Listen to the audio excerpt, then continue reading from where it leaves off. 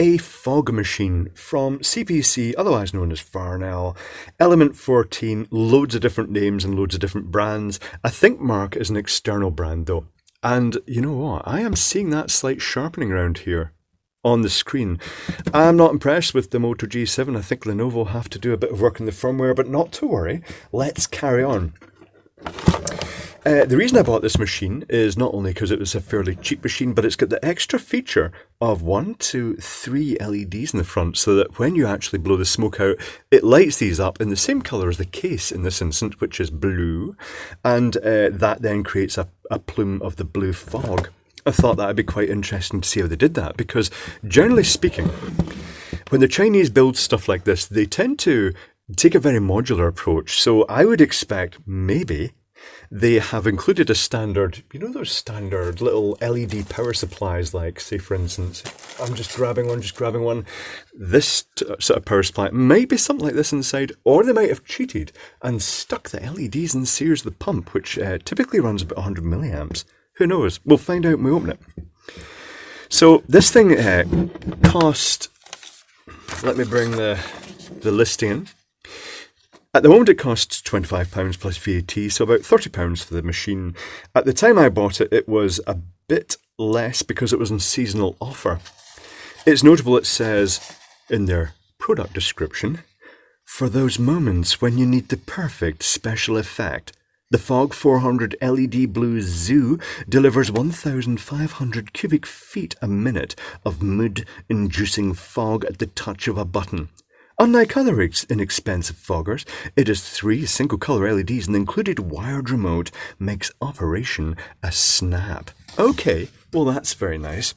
The remote, incidentally, is hardwired and it's not in a socket. This is good because many of these cheap machines actually use something weird like a IEC socket or an XLR socket, but actually have mains on it, which isn't good. Another notable thing about this is the remote with the button. It's actually an on-off switch.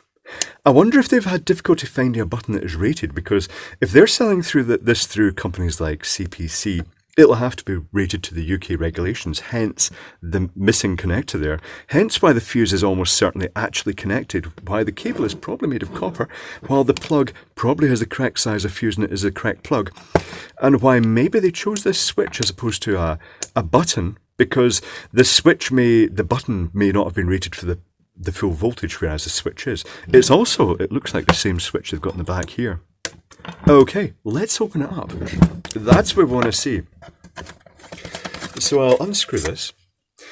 This is the fluid tank. The unit came with in a bag with a silica gel packet to absorb any residual moisture. I'm guessing that's because these things always ship wet, because they presumably test them by putting some liquid in and actually blowing it through. The hose that dips into this tank in here, which is usually just a freestanding bottle, this one's just a round bottle, usually has the little screw-in air filter in the end. Purely, it's a sintered brass air filter, purely for weighing this down, but also filtering the fluid, because the pump is usually something like this. It'll probably be a smaller version, but it's usually something like this that has very small orifices in the valves in the pump, and that's why they want to filter the liquid so it doesn't get dirt in it, because that's what happens in nightclubs. Right, less of the waffle. Let's open this up. There's a screwdriver that should do. Let's take the screws off the tap. I've not even powered this up yet. Maybe I should power it up at some point. Camera-wise, I'm experimenting with the new Moto G7, and because I'm using the internal microphone, because I've not actually found an external microphone that actually does the job properly yet, I'm having to boost the audio afterwards with Audio Fix Pro, I think the packages I'm using to do that, which seems to be working quite well, but does unfortunately offer the opportunity of overboosting it to the point of distortion. It'd be nice having, maybe it does that actually, maybe the preset volume it initially suggests is the optimal one for avoiding excessive distortion. Maybe I should stop overriding that and just ram it up to the hilt. I have stopped doing that in previous videos. So I'm kind of intrigued to see the approach they've got to driving the LEDs. Is it going to be a power supply, or are they going to have cheated? It's usual for them to actually wire the pump and the controller across the thermostat for the heater, just to keep things simple. I'm seeing loose fluff. Ugh. Just as well Kevin's not here, he hates fluff. Kevin of the MBC. Yeah, that fluff. No, before MD says it's not asbestos, it's either ceramic or glass wool. I think it's ceramic wool, kiln wool, and it's used to thermally insulate the heater block here. So what am I seeing? I'm seeing cable tied onto the side. I'm seeing a little LED driver. I'm seeing the pump that pumps the liquid through the heater block. I'm seeing the heater block here, which is a fairly large cast aluminium block. I'm seeing the thermostat here, just the standard bimetallic thermostat, but most importantly of all here, compared to a previous machine I looked at, which didn't have this, it has, as a last resort, right at the bottom, it's got a thermal fuse which will kill power to the whole unit if things go horribly wrong. Okay, right. So there is a little circuit board down here, a little aluminium plate with the LEDs presumably mounted onto the printed circuit board material on the front, then a couple of wires, possibly going to a connector, which then come up to this little driver, so it will basically be driving them at the full set of 3 watts, presumably. Right, tell you what, let's pop some liquid into this. Let's pull the hose off. Feed it through so I can do this. Oh, actually, before I do this, I should actually take a look in the remote. I should doodle my guesses down before I do that. Although I'm looking at this, I'm seeing 3 wires going out to the remote, black, white and green, and I bet green is most certainly not earth. Oh, hold on, let me check if it's earthed. Main incoming flex, brown, blue and green. It is earthed solidly onto a lug onto the unit. This is good. The switch is wired in, the fuse is wired in circuit. This is all good because in a previous, if you do a search for eBay melted on my channel, you'll find I looked at another smoke machine, probably from a similar manufacturer, different style, but it didn't have all the safety features, and it was an apocalypse actually. It was terrible. It had melted its block completely. It had the XLR connector that you could have plugged a microphone into, and it would have lived your microphone up at 240 volt, that one. But this one doesn't do that. Right, let's open the remote. I'm not expecting much in here. I'm not even expecting a circuit board. It might have a circuit board, but I would almost expect just a resistor, LED, and the switch across a couple of wires. Although having said that, I'm seeing 3 wires going out here. Usually what they do is they basically have the thermostat, that's that bit, in series the heating element. And because the heating element is a very low resistance, they actually wire the pump. Oh, there is a circuit board inside it. And I see a big resistor. I see a diode, I see the LED. Hold on, LED, connect to green, through the resistor, through the diode, that's nice, to one of the other pins. Okay, rightio. I'm guessing the LED is just going to light when it's ready, or does it have a neon indicator? It's a 3 pins, it probably has a neon indicator. I'm not sure, we'll find out when we power it up. But quite often what they do is they wire the pump and the switch across the thermostat, because that way it'll only run when it's up to temperature. Otherwise, if you pump liquid, if you actually pushed the button before it was up to temperature, if the pump was enabled all the time, it could actually push just raw liquid through and it would just spray out the front. It would really make a mess. So what they normally do is they put it across this so that only when it's up to temperature and the thermostat opens, it puts the pump in series the heater block, which means that because the pump's got a fairly high resistance, heater's low, it means you can run the pump, and it will give a little bit of heat from the heater when you run it, but not as much as to keep it up fully up to temperature. It's the simplest, cheapest possible circuitry. I'm going to go and I'm going to get some liquid for this. I'm going to put the lid back on this because there's not an awful lot to see in here. Just a couple of connections here. I would guess maybe that the orange light in here, the neon, is going to light up when it's ready, and the red LED, I don't know why they'd even do this, is just going to light when it's blowing smoke. It sounds more like a gimmick than anything else. I shall pop this back on, and then I shall go and get some liquid. I shall be back in a moment. the improvised fog fluid is in it. The unit is on. The little orange indicator on the back is lit. Can I tilt this up without touching any live connections to show you? There's a little shimmery neon indicator. Noting that you shouldn't operate these machines open while they're live, because if you poke things, you'll get electric shock. Let us take a look at the simple circuitry that you'd normally expect in here. So I'd normally expect live to be coming in. And in this instance, it's probably going to the switch first, or is it going to the fuse first? I'll reverse engineer that later. It doesn't really matter. Let's say it goes to the switch first.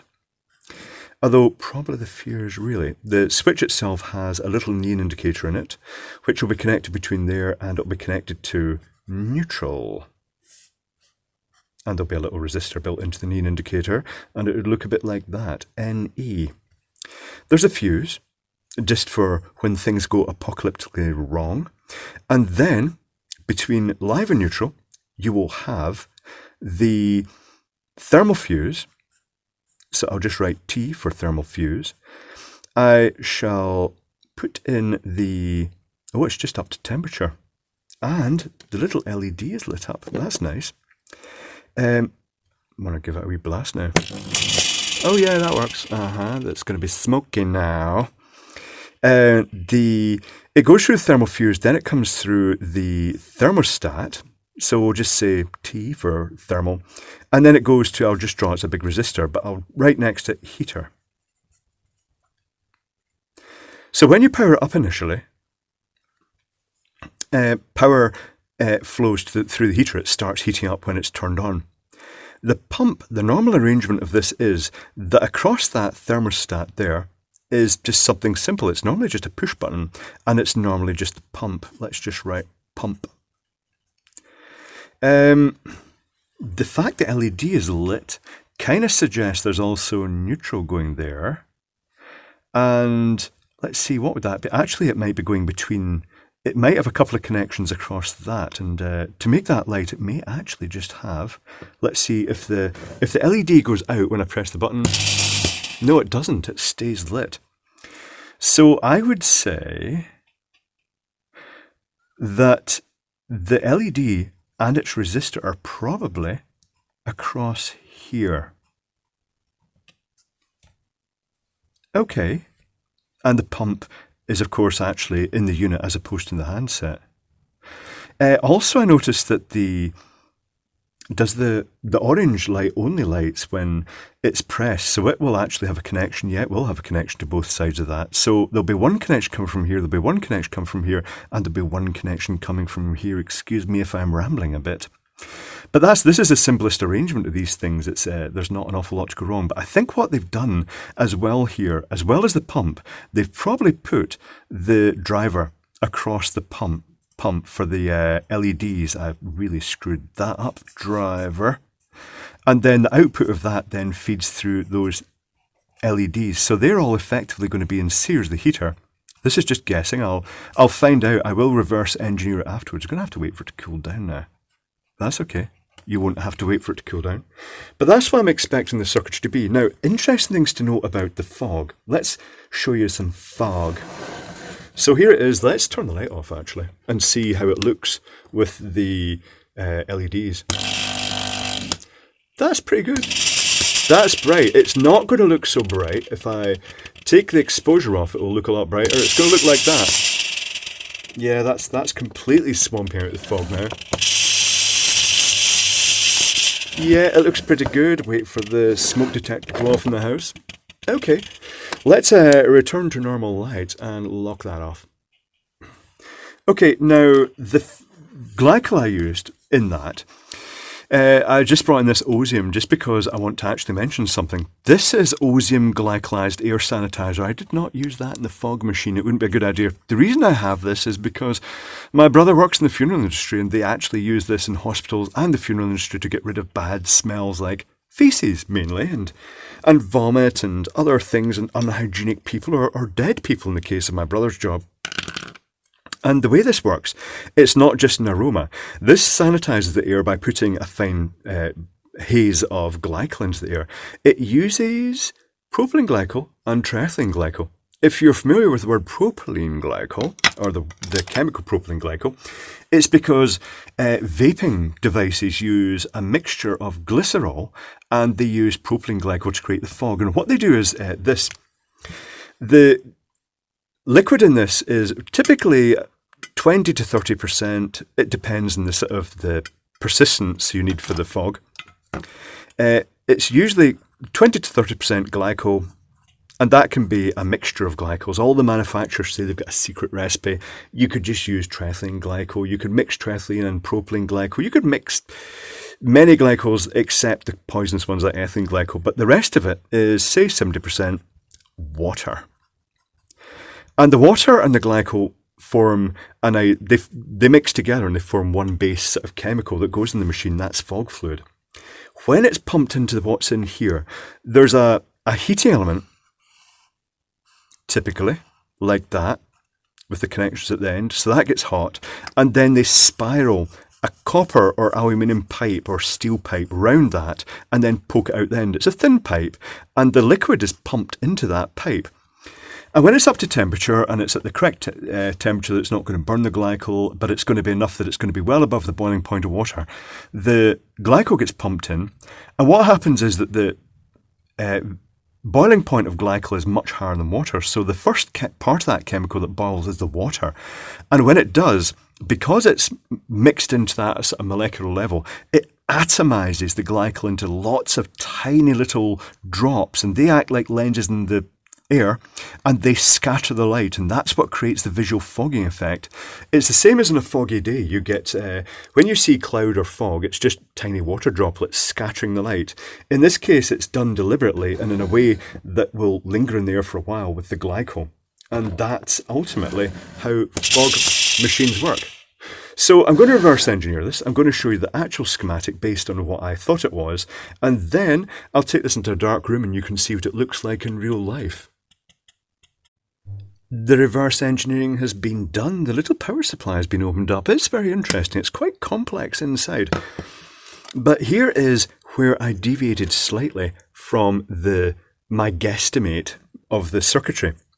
I'll also explain in a moment, I'm saying that, I'll probably forget again, why I even brought the osmium into the equation. Okay, let's take a look at the circuitry. I thought that all the safety circuits had been live going down to the heater. It turns out that the thermal switch, the thermostat that controls the heater, and I've drawn the heater this time, I've drawn it American style, a big zigzag. It's on the live, but the thermal fuse is in the neutral. And that's quite important because that's what possibly went wrong with the other smoke machine I took apart that had melted down. It had no thermal fuse, I don't think, but it also potentially, this had gone to ground in some way and it had bypassed the thermostat, and actually this was live, that had gone to ground. It meant the heater just ran continually until the thing melted. That's not going to happen this one. It makes sense to have this here because it doesn't matter what polarity gets applied. If something goes wrong and this gets shorted to ground and current flows through the heater, either it's going to cut off in the thermostat or it's going to trip the thermal fuse. So it's a double safety feature. That's good. I just suddenly realised I missed a little link here. That's all right. So we've got the supply coming in. It goes through the fuse first. I thought it might go through the switch first. It actually goes through the fuse. If it actually had a good, decent look, I'd have seen that. It goes to the switch with a little neon indicator in it. The neon indicator has a connection to neutral purely to show that the thing's turned on. The live is switched through to the heater circuit, which is just completely independent. You know, if all this circuitry didn't exist, the heater would just come up to temperature and it would cycle on and off, and that would be it. It would just stay at the correct temperature. The circuitry beyond that, I was correct in guessing that the pump and the the driver for the LEDs are indeed in parallel in this. And one of them, it's basically connected across the thermostat with the switch in series. In fact, the simplest circuitry here, if I just put my hand over there, and you can see that switch, that's pretty much what I drew with the pump and the driver and the switch going across the thermostat. It's the simplest way of doing it. The other features that they've got here, and here's where it gets a slightly bit devious. The live goes to the green wire going out. So I'm not overly keen on that. But ultimately, they've used standard flex. They probably used American colours purely so they could keep it away from the brown, black and green and yellow So that's maybe justified that, I guess. But things to note, if you ever chop the cable off this, the green wire is most certainly not earth. And ironically, they could have just used 2 cores out to this. The only thing the green wire is doing here, it's the switch in here that switches, well, when it comes up to temperature, the power appears across this. And you have, first of all, the red indicator LED lights. It's just wired between the live and the heater, so that when that switch opens, there's a potential difference across it, and it means that this little LED in series with a 100k resistor and a diode, it makes that little red LED glow. The other reason the live is needed is just purely for the indicator. Technically speaking, you could get rid of the live. But it's used for the indicator and the switch. The switch is outlined by the dots here. And the switch then, when you click the switch across, it just brings the smoke machine on. Once again, I'm guessing that most of them use a push button. I'm guessing they've used the switch purely to comply with an easy component that has the full mains voltage rating. That's fairly cheap. If they'd got rid of the green, they could have got rid of the little knee indicator out there because it's simply not needed, and they could have taken that down there across the switch, and it meant that a very small current would have flowed, approximately 1 milliamp would have flowed through the pump, which would have pulled the voltage down, and the driver, I don't think it would ever reach the point to make the driver sort of pulse with that slight effect you get when you leakage. So they could have got rid of that green wire across, and they could have used a 2-core flex out to this. And that would have potentially made it safer. They'd have still got a little red LED lighting when it was up to temperature, and the switch would still have worked for actually running the machine. But they didn't. Now, the power supply for the LEDs is discrete. It's not based on a bright power chip. It's quite robust. It's a chunky little thing. I'm surprised they even managed to fit it in here. It's got the supply comes in and it goes through a fusible resistor, it goes to the bridge rectifier, and then it has a shit ton of discrete components with a little resistor. Oh, actually, I'm talking shit. I am talking shit. This happens quite a lot. There is, it's covered with flux and it's tiny text. I'm not going to read that. There is a little switch mode driver chip. I thought that was a transistor. And it's driving this little transistor here. And it's got, it's got those extra features like it goes through the bridge rectifier to the smoothing capacitor, then an inductor, then another smoothing capacitor. That's for RF suppression. It's got proper isolation with anti-tracking slots. It's got a class Y suppression capacitor. And it's ticking all the boxes. This is a compliant power supply as well, which kind of fits the rest of the unit, because aside from that slight quirk about the use of a green core in that sort of American color flex for live, everything else is completely 100% sensible and compliant. The case is grounded. It's got the double protection. It's all logical and sensible. Moving on then from that, I won't go into this in too detail. It's quite a complicated little switch mode circuit. I shall clip that cover on and pretend I never opened it. It's anonymous as well, no sticker on it. The osium. The reason that I was talking about the osium is because Glycol has been used to haze wards in hospitals. It's been experimented with way back to 1945. That is quite some considerable time ago. It was discovered that a very low level of haze put into the air of glycols. They've experimented with propylene glycol, they've experimented with triethylene glycol and glycerin. They've used these as sterilizing agents, and notably the airborne ones. This one uses, I had the date off that, I think it even mentioned it and I've forgotten, was it triethylene glycol and propylene glycol this one used? But putting that tiny amount into the air, I mean, honestly, it's so small. Look, imagine like the smoke machine running, and this is what's coming out of this. You can't even really see it. It only takes a wee squirt into the room. That's the air hazed with glycol. And I was playing about, I pointed a laser into the air, and you could walk around the house when you went into the room that had been hazed. You could see, even after it had been given time to settle down, the glycol was still in the air. For reference, the carrier is isopropyl alcohol, then there's aroma, and it's basically a couple of glycols and a propellant. It appears to be what's in this. But they discovered that it kills airborne bacteria. Not so much when it's carried on dust, but when it's in droplets like people's breath or when they sneeze and things like that. And it can kill, theoretically, it can kill the flu virus in the air, I believe. Could be wrong there. I'm not going to start misquoting because I noticed the e-cigarette industry has jumped in the bandwagon of that research and they're quoting it all out of context. But the fact is that the glycol in the air has an antibacterial effect and is still used to this day in hospitals and, well, funeral homes apparently. And this means that, technically speaking, since the earliest fog machines in nightclubs also used the haze of glycol haze and still use it. If you go into a nightclub and the air's hazed up, that's a glycol haze with absolutely more than enough concentration to prevent cross-infection between people in the clubs. So you're not going to get a cold in the club. But this also has a slight negative slant towards the e-cig industry for people who are breathing in propylene glycol all the time. Maybe it's going to have that effect.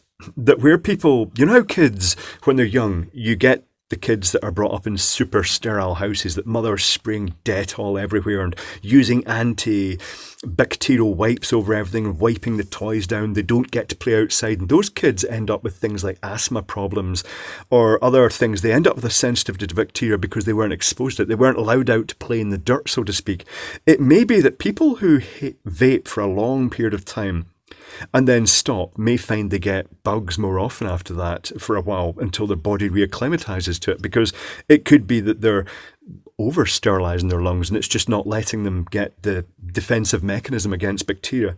Other than that, a million times more better than smoking tobacco, so it's not a huge negative against vaping. So I'm going to put this together again now. I managed to cover everything, I think. The operation of the pump, I've actually looked at that in separate videos. The operation of the pump is like this.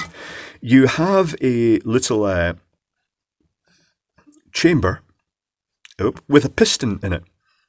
And the piston is connected to a solenoid. So the solenoid pulls that in, and the solenoid itself has the liquid inside it. There is a little cap in here with a spring that goes down the middle. And as the solenoid pulls in, it pushes against pressure of the liquid, and the liquid squirts and fills this chamber. Then, when the solenoid returns under spring pressure, because there's a diode in series the solenoid in this is why it's quite raspy, and it runs at 50 or 60 hertz. It's pulled in half the mains wave cycle, and then it's released in the other half. And when it's released again, the plunger goes back in the other direction. This valve closes, this valve opens, and it pushes a exact portion of liquid out. And it means that these things are used as fuel pumps. But in this instance, it's used to meter, and it's cheap and easy. It's used to meter the liquid out the output of the pump and up this little pipe into the machine, which then gets atomized by the heat. Right, okay, I'm going to put this together again, and then I'm going to set the camera up in a different location where you can actually see it. Then I'm going to hold the machine and I'm going to let you see what it looks like with the light shining through the fog. So time for a test, and to give it a really unfair test, I'm going to do it in a fully lit room. So this is what it looks like in a fully lit room. Not bad at all. That is not a bad effect at all. So for the cost, it's actually pretty good. Let's go back to the bench. So in summary, you could go on eBay, you could get a cheaper machine for something like £15 or something like that shipped from China. But what you're getting by going to a proper UK supplier, and there are some crap UK suppliers selling crappy, just marking the price up in the smoke machines that they're getting from China. But if you go to a company like CPC that have a reputation to uphold, then you'll get something like this Marq branded machine. And I have to say, oh, this is magnetic, by the way. I just thought I'd mention that. It can stick onto the case. I have to say that this one ticks the boxes in most of the places. The only slight niggle, as I say, is that green core in this being used is effectively live, but that's just ultimately what they've done. But other than that, it seems to be fully compliant. So for your home party or other low-level use, this machine could provide a decent bit of performance. It's worth mentioning, they do them in 4 different colours. They do black, white, red and blue, I think it is. The blue one has the blue LEDs, the red has the red LEDs, the other two I believe have amber LEDs. I chose the blue just because I thought it would be quite a nice case. I didn't actually realise the LED colour was reflected like that. But there we go. It's a nice enough machine that certainly does the job, and it does it properly.